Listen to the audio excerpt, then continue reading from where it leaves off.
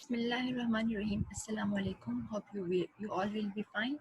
ठीक है, आज का जो हमारा एसएलओ टॉपिक है 10.1.7 10.2.1। We will start our topic with the introduction of topic self ionization of water in the pH scale। ठीक है, हमें पता है कि जो वाटर मॉलिक्यूल होता है वो क्या होता है कि इम्फोटेरिक कंपाउंड होता है। हमने प्रीवियस पर डिस्कस किया था वाटर क्या करता है, एज अ बेस बिहेव करता है और एज अ एसिड बिहेव करता है। ठीक है, वो डिपेंड करता है केमिकल रिएक्शन के ऊपर, आया वो एज अ बेस रिएक्ट कर रहा है या एज अ एसिड रिएक्ट कर रहा है। As we know that water is highly polar molecule। जब क्या होता है, वाटर हमारे पास एक हाई पोलर मॉलिक्यूल होता है।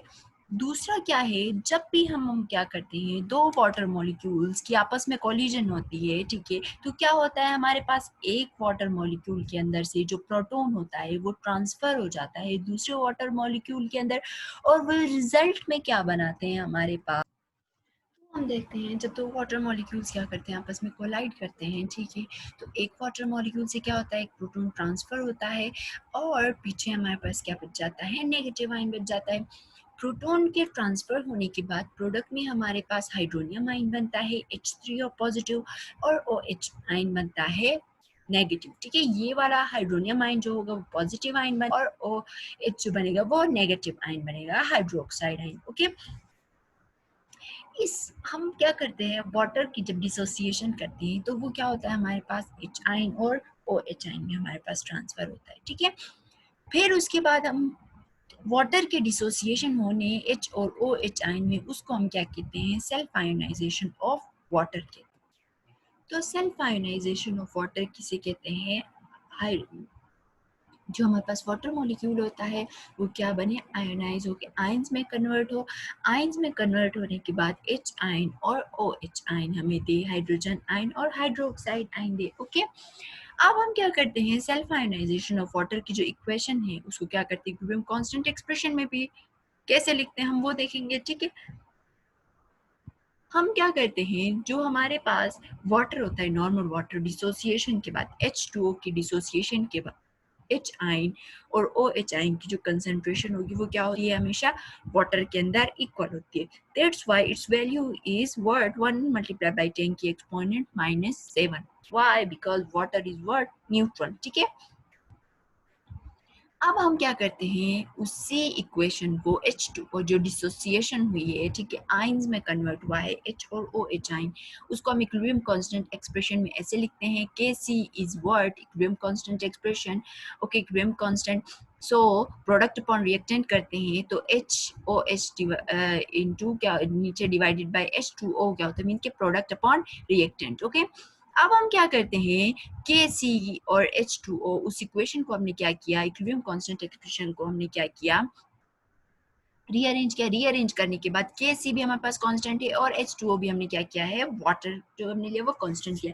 अब हम देखेंगे कि Kc और H2O जो है क्या कांस्टेंट है, उसकी जगह पे हम क्या करते हैं, Kw के, Kw is what, Kw is called what, ionization constant for water, it is also called ion product for water। Okay, अब हम देखते हैं कि हमारे पास जो ionisation constant for water Kw है वो हम H और OH के लिए देखेंगे। ठीक है, हमने क्या कहा, H आयंस की कंसंट्रेशन और OH आयंस की कंसंट्रेशन हमेशा वाटर में क्या होती है, इक्वल होती है। ठीक है, अगर हम वैल्यू H आयन और OH आयन के लिए 1 मल्टीप्लाई बाई 10 की पावर -7 लेते थे तो OH आयन के लिए क्या होगी, हमारी सेम वैल्यू होगी। ठीक है, और हमने क्या किया, इन दोनों को प्लस करने के बाद हमारे पास जो वैल्यू आई है 1 मल्टीप्लाई बाई 10 की एक्सपोनेंट -14 आई है, किस कौन से डिग्री सेंटीग्रेड टेम्परेचर पे, 25 डिग्री सेंटीग्रेड टेम्परेचर पे। ठीक है, इसी तरह हमने कंसंट्रेशन निकाली जब हमारे पास H आयन और OH आयन इक्वल थे। ठीक है,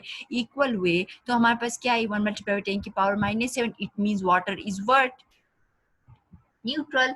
ओके, फिर उसके बाद हमारे पास क्या हुआ कि एक हमारे पास डेनिश बायोकेमिस्ट आया 1909 में, सोरेनसन, उसने क्या किया, एक मेथड को प्रपोज किया। ठीक है, उसने ये देखने के लिए प्रपोज किया कि कंसंट्रेशन ऑफ H आयन और OH आयन हमें बता सकता है कौन से मेथड को यूज करके। ठीक है, पीएच और पीओएच को, फिर पीएच को हमने डिफाइन किया कि किसी भी नेगेटिव, ठीक है, पीएच की इक्वेशन देखिए यहाँ पे लिखिए, negative logarithm of molar concentration of H ions in any aqueous solution, ठीक है।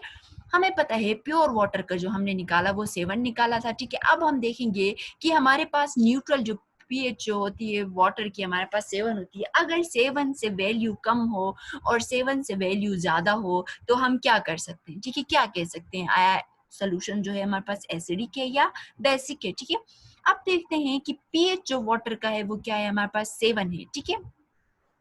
अगर pH हमारे पास लेस देन 7 हो तो वो उस सोल्यूशन में क्या होगा, इसका मतलब ये हुआ उस सोल्यूशन में जो कंसंट्रेशन ऑफ H आयन है वो क्या है, हमारे पास ज्यादा है और कंसंट्रेशन ऑफ OH आयन कम है। अगर कोई सोल्यूशन pH 7 से लेस हो किसी भी सोल्यूशन का तो वो सोल्यूशन क्या होगा, एसिडिक होगा, कंसंट्रेशन ऑफ H आयन ज्यादा होगा और OH आयन कम होगा। इसी तरह सेम कोई भी सोल्यूशन अगर उसका पीएच क्या होता है, हमारे पास 7 से ज्यादा होता है तो उस सोल्यूशन के अंदर कंसंट्रेशन जो एच आयंस की होती है वो क्या होगी, कम होगी और ओ एच आयंस की क्या होगी, हमारे पास ज्यादा होगी। सेम इसी तरह इन्होंने यहाँ पे हमारे पास डिस्कस किया है कि जब हमारे पास H की कंसंट्रेशन ज्यादा होगी 7 से और H की कंसंट्रेशन कम होगी 7 से तो हमारे पास क्या होगा सोल्यूशन, ठीक है। जब हमारे पास H की कंसंट्रेशन और OH की कंसंट्रेशन हमारे पास इक्वल होगी तो वो सोल्यूशन क्या होगा, हमारे पास न्यूट्रल होगा। H की कंसंट्रेशन अगर ज्यादा हो, ठीक है, 7 से, ठीक है, 7 से या नहीं सॉरी कि 7 से H की कंसंट्रेशन क्या हो, हमारे पास कम हो, मींस के 7 से 6 5 4 3 2 इसी तरह कम हो, ठीक है, तो वो सोल्यूशन क्या होगा, हमारे पास एसिडिक होगा, मींस कि उस सोल्यूशन के अंदर H की कंसंट्रेशन, H आयंस की कंसंट्रेशन ज्यादा है, H की आयंस की कंसंट्रेशन कम हो और 7 से ग्रेटर हो, ठीक है, वैल्यू, तो वो सोल्यूशन क्या होगा, हमारे पास बेसिक सोल्यूशन होगा, ठीक है। This is the explanation and importance of word KW of water, ठीक है। अब देखिए यहाँ पे इन्होंने बताया है, हमें ये चार्ट भी दिया है, अगर पीएच ग्रेटर हो 7 से, ऑब्वियसली ग्रेटर हो पीएच 7 से तो वो क्या होगा, हमारे पास बेसिक सोल्यूशन होगा, मतलब कि OH की कंसंट्रेशन उस सोल्यूशन के अंदर ज्यादा होगी, H की कंसंट्रेशन कम होगी। pH अगर लेस देन 7 हो तो सोल्यूशन एसिडिक होगा, उस सोल्यूशन के अंदर H आयंस की कंसंट्रेशन ज्यादा होगी और OH आयंस की कंसंट्रेशन कम होगी। इस सोल्यूशन के अंदर देखें pH वैल्यू भी दी गई है, आगे कलर भी बताया हुआ है, ठीक है। इन्होंने फिर बताया है कि कंसंट्रेशन कितनी ज्यादा है और कितनी कम है, ठीक है, किस कौन सा हमारे पास बेस है और कौन सा एसिड है, ठीक है। ये जो 7 है ये न्यूट्रल है, 7 से ऊपर जो हमारे पास, ठीक है, ऊपर जो हमारे पास चार्ट के ऊपर है ये, ठीक है, ये हमें एसिडिक बता रहा है और नीचे जो 8 9 10 11 12 ये हमारे पास क्या है, बेसिक सॉल्यूशंस हैं, ठीक है। तो हमने यहाँ तक डिस्कस किया आयनाइजेशन ऑफ वाटर को हमने डिस्कस किया। अब हम मूव करते हैं कि प्रॉपर्टीज, ठीक है, हमारे पास प्रॉपर्टीज क्या है, एसिड्स और बेसिस की हमारे पास प्रॉपर्टीज की। यहाँ पे कुछ प्रॉपर्टीज दी गई हैं, ये प्रॉपर्टी है, ठीक है, एसिड और बेसिस की। ये एसिड की हमें बताइए और ये बेस की बताइए, ठीक है। टेस्ट जो होता है एसिड का सोर होता है, ठीक है, बेस का बिटर होता है, ठीक है, कड़वा होता है बेस का और सोर होता है थोड़ा कड़वे टाइप का, ठीक है।